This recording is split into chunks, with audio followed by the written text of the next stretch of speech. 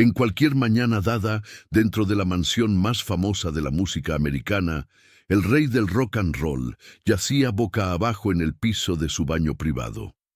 Su cuerpo ya estaba rígido con rigor mortis, un libro todavía sostenido flojamente en su mano, y el hombre que había definido toda una generación se había ido hacía muchas horas antes de que alguien se diera cuenta.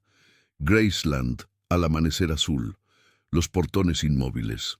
Una quietud inquietante y antinatural asentándose sobre la propiedad que una vez tembló con aplausos. Durante casi 5 décadas, al mundo se le dijo que Elvis Aaron Presley simplemente murió de un ataque al corazón. Un final trágico pero ordinario para una vida extraordinaria. Pero los archivos de la autopsia, los reales, la verdad técnica, clínica, sin filtros, cuentan una historia mucho más compleja, mucho más perturbadora y mucho más humana. Un suspiro lento, un viento frío, se mueve a través de los árboles fuera de Graceland. Esta es la reconstrucción completa de las horas finales de Elvis Presley. El declive largamente oculto de su salud y los hallazgos forenses guardados lejos del público por 50 años. Elvis Presley despertó tarde el 16 de agosto. Tenía 42 años, pero físicamente su cuerpo llevaba el desgaste de un hombre décadas mayor. El insomnio se había convertido en su compañero constante. Las noches se extendían hasta el amanecer, y el baño, pequeño, sin ventanas, aislado, se había convertido en el único lugar donde sentía que podía silenciar el ruido dentro de su mente. Corte a recreación. Luz tenue de baño, sombras, frascos de píldoras esparcidos por encimeras de mármol.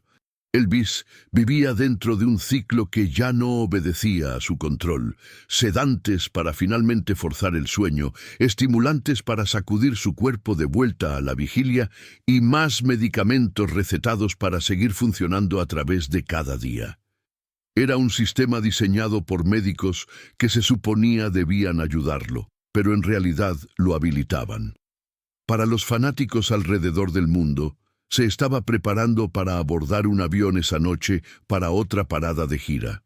Detrás de puertas cerradas, la verdad no era glamorosa. Era agotamiento sobre dependencia, sobre colapso físico.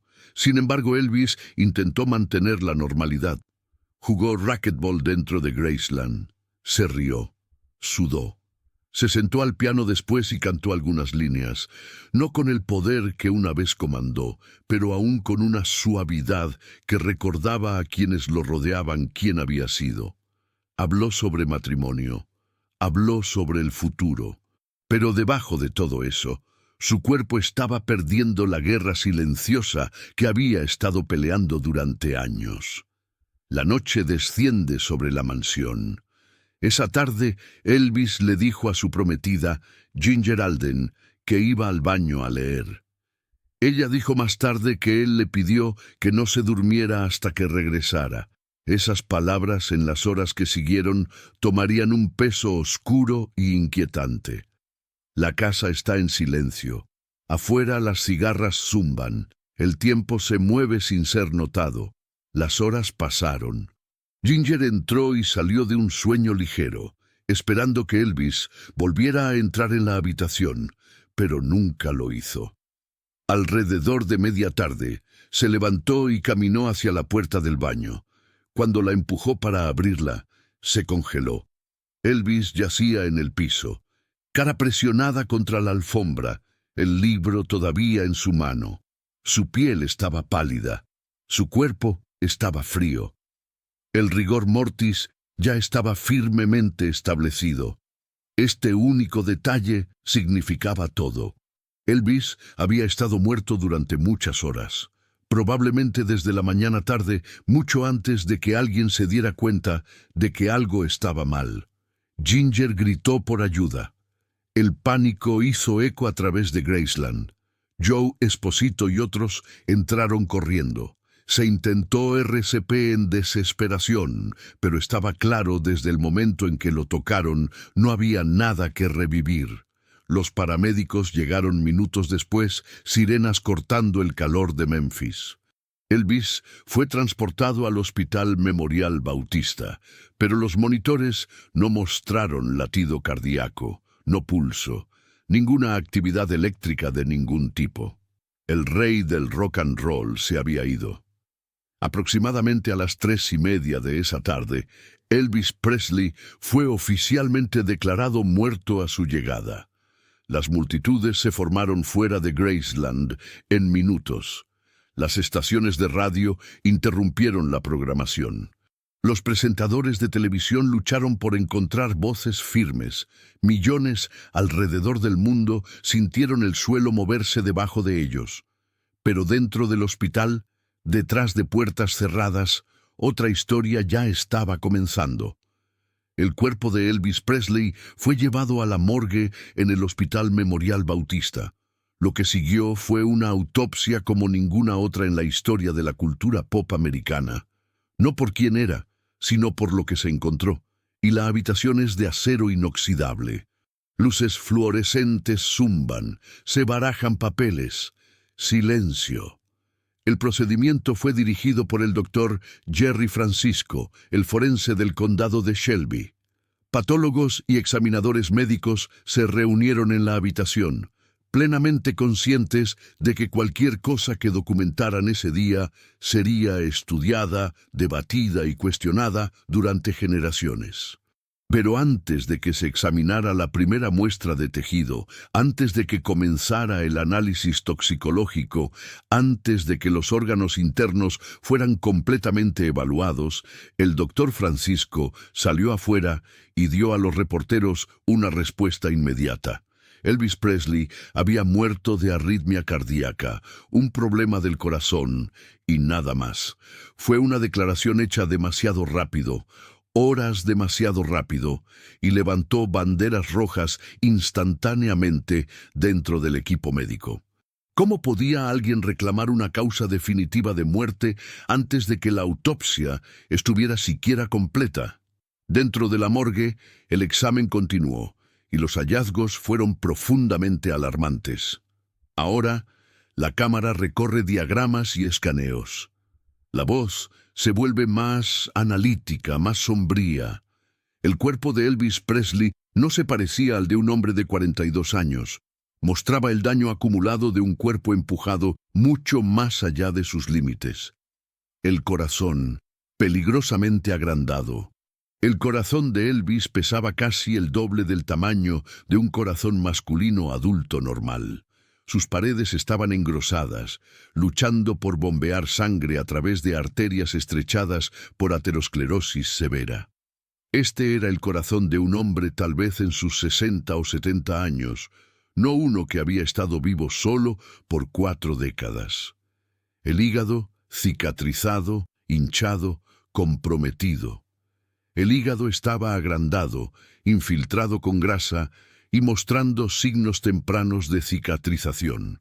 Décadas de hábitos alimenticios pesados e irregulares, combinados con el uso implacable de medicamentos recetados, habían colocado un estrés enorme en el órgano responsable de filtrar toxinas.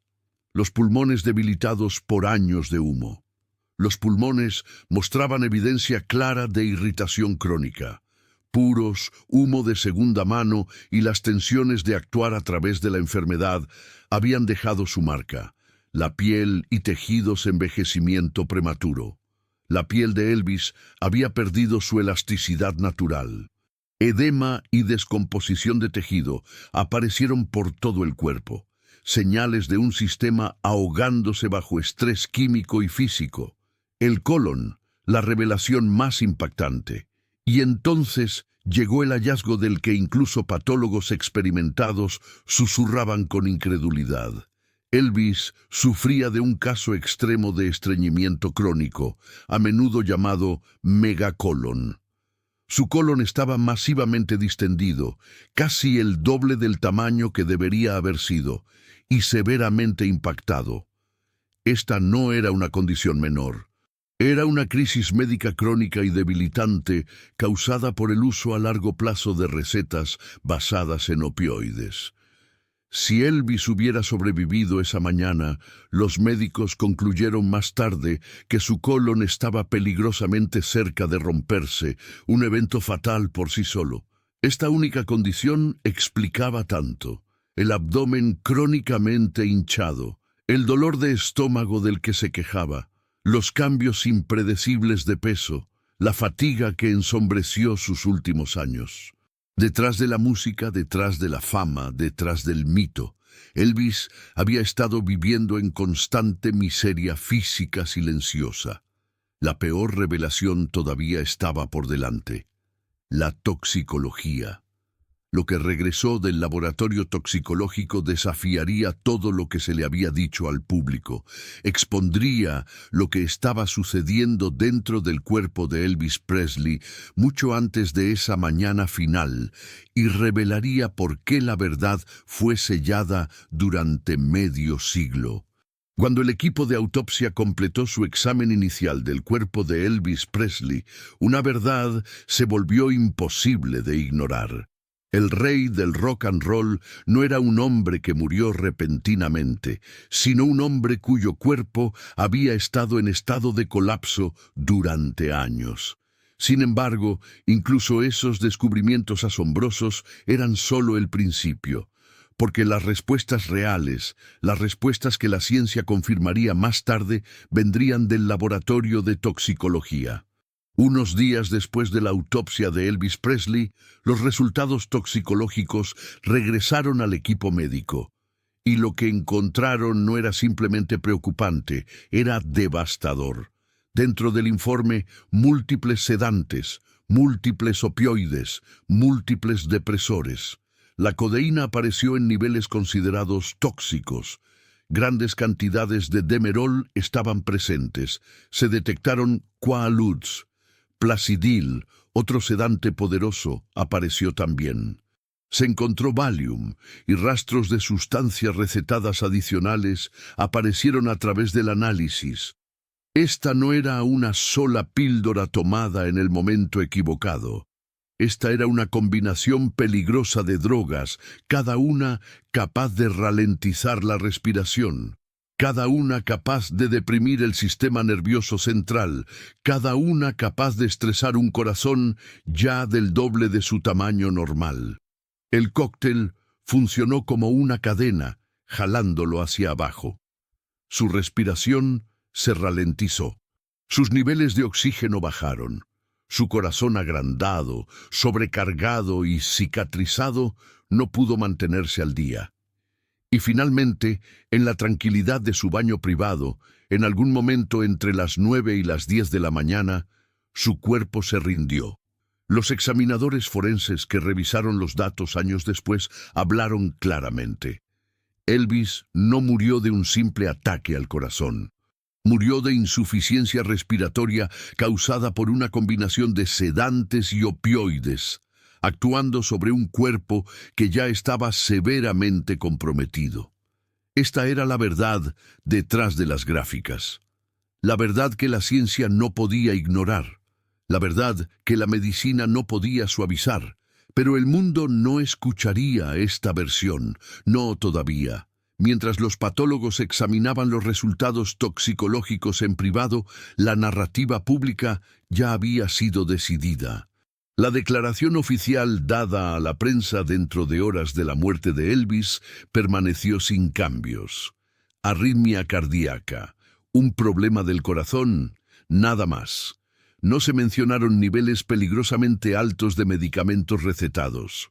No se mencionó el corazón agrandado. No se mencionó el megacolon.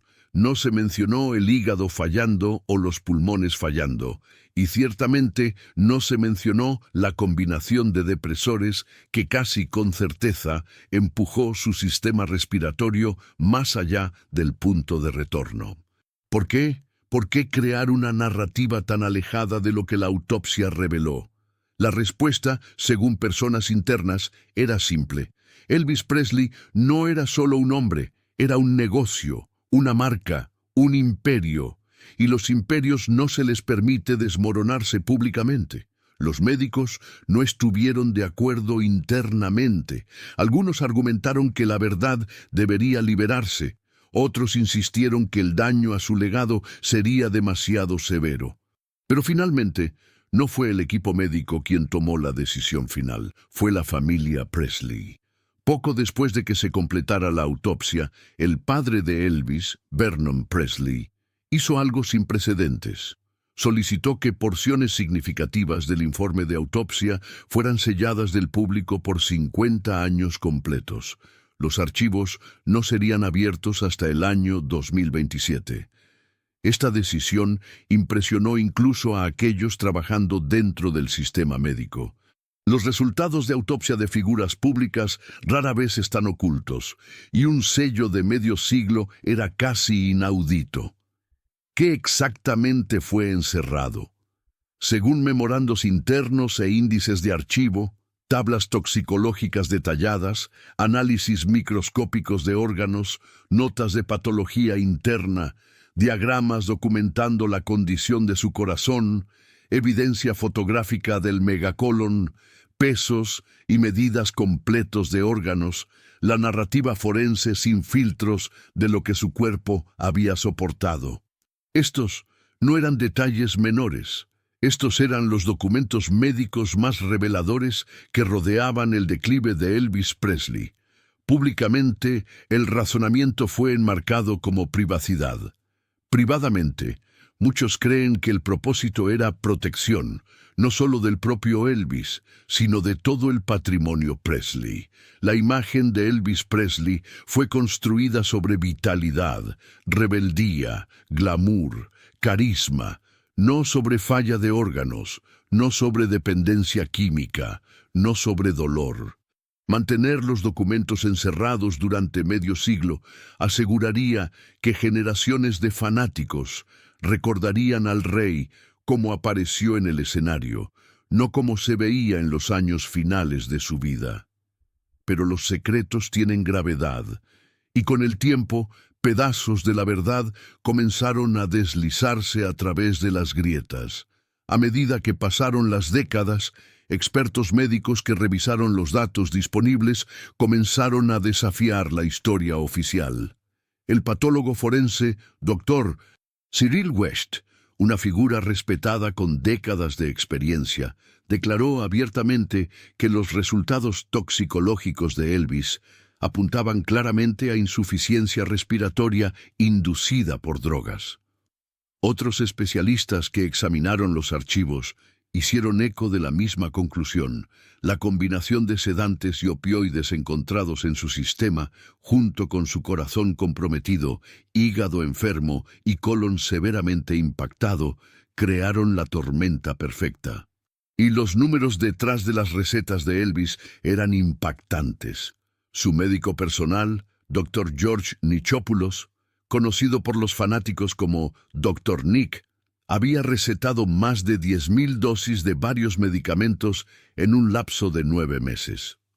Mientras el Dr. Nick se defendía, afirmando que estaba tratando a un hombre en dolor constante, los críticos argumentaron que se convirtió en parte de un sistema de habilitación que permitió que la dependencia de Elvis se descontrolara sin intervención. Para los años 90, el consenso médico se volvió claro. La muerte de Elvis Presley no fue repentina, fue gradual, fue prevenible y fue el resultado de un declive físico a largo plazo exacerbado por una dependencia abrumadora de medicamentos recetados. Aún así, el sello permaneció. La narrativa oficial permaneció intacta. La verdad suspendida en el tiempo esperó por 2027. Para entender cómo Elvis Presley realmente murió, tienes que entender las cargas físicas que llevó mucho antes de esa mañana final. El tono emocional se profundiza. Elvis vivió con dolor crónico, agotamiento crónico, parálisis digestiva por estreñimiento inducido por opioides, un corazón trabajando mucho más allá de sus límites, un hígado tratando desesperadamente de procesar montañas de medicación, patrones de sueño que ya no se parecían al sueño en absoluto. Viajaba con maletas de frascos de recetas, comía comidas pesadas a horas irregulares, actuaba a través de mareos, fatiga y dolor abdominal. Colapsó detrás del escenario más de una vez. Su cuerpo había estado señalando angustia durante años. Pero el espectáculo continuó. Siempre continuó, porque detener el espectáculo significaba confrontar la verdad de que el rey no era invencible.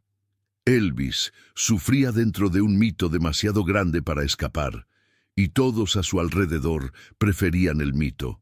Al final, el peso de la fama se convirtió en el peso que lo aplastó. Ahora la cámara regresa a la mesa de autopsia, acero inoxidable, iluminación cruda, quietud. Cuando combinas todo, los resultados toxicológicos, el corazón agrandado, el hígado enfermo, los pulmones fallando, el megacolón severo, la hipertensión, el agotamiento y los años de dependencia de recetas, surge una conclusión forense final. Elvis Presley murió de insuficiencia respiratoria inducida por una combinación peligrosa de sedantes y opioides que desencadenó un paro cardíaco en un corazón ya fallando dentro de un cuerpo abrumado por deterioro médico a largo plazo. No fue asesinado por un solo momento. Fue asesinado por años de dolor, años de dependencia, años de declive físico escondido bajo el reflector. No fue dramático, no fue teatral, no fue el tipo de final que se supone que las leyendas deben tener. Elvis Presley murió solo en el piso de un baño mucho antes de que el mundo estuviera listo para dejarlo ir. Ahora, el tono cambia a reflexión tranquila. Y así, los capítulos finales de la historia médica de Elvis Presley permanecen encerrados, sellados en un archivo, intocados por casi 5 décadas, esperando por el año 2027. Y entonces, dentro de esos documentos, están las piezas finales faltantes. Las concentraciones precisas de drogas en sus tejidos, las diapositivas microscópicas mostrando daño celular, la narrativa completa de deterioro de órganos, la evidencia fotográfica completa y las evaluaciones cándidas de los patólogos. Cuando esos archivos sean abiertos, no reescribirán la leyenda, revelarán al hombre detrás de ella, el hombre que llevó el peso de un imperio global. El hombre que luchó el dolor con recetas, el hombre cuyo cuerpo se rindió mucho antes de que su voz lo hiciera. Elvis Presley vivió ruidosamente, murió silenciosamente, y la verdad de ese silencio es lo que la autopsia sellada guarda. Elvis Presley siempre será recordado como una fuerza de la naturaleza, el chico de tu pelo que cambió el sonido de la música americana para siempre. Su voz sacudió arenas, su carisma remodeló la cultura, su presencia se convirtió en parte de la historia global, pero detrás de cada leyenda hay un ser humano, un cuerpo que puede romperse, un espíritu que puede cansarse, una vida que puede quebrarse bajo su propio peso, un latido de silencio. La autopsia de Elvis no disminuye su legado, lo completa, muestra el costo de ser el rey, muestra la realidad detrás del mito y muestra cómo incluso las estrellas más brillantes pueden desvanecerse de formas que el mundo nunca ve. No murió en el escenario, no murió bajo el reflector. Murió solo silenciosamente, un hombre abrumado por la leyenda que creó, y esa es la verdad oculta durante 50 años.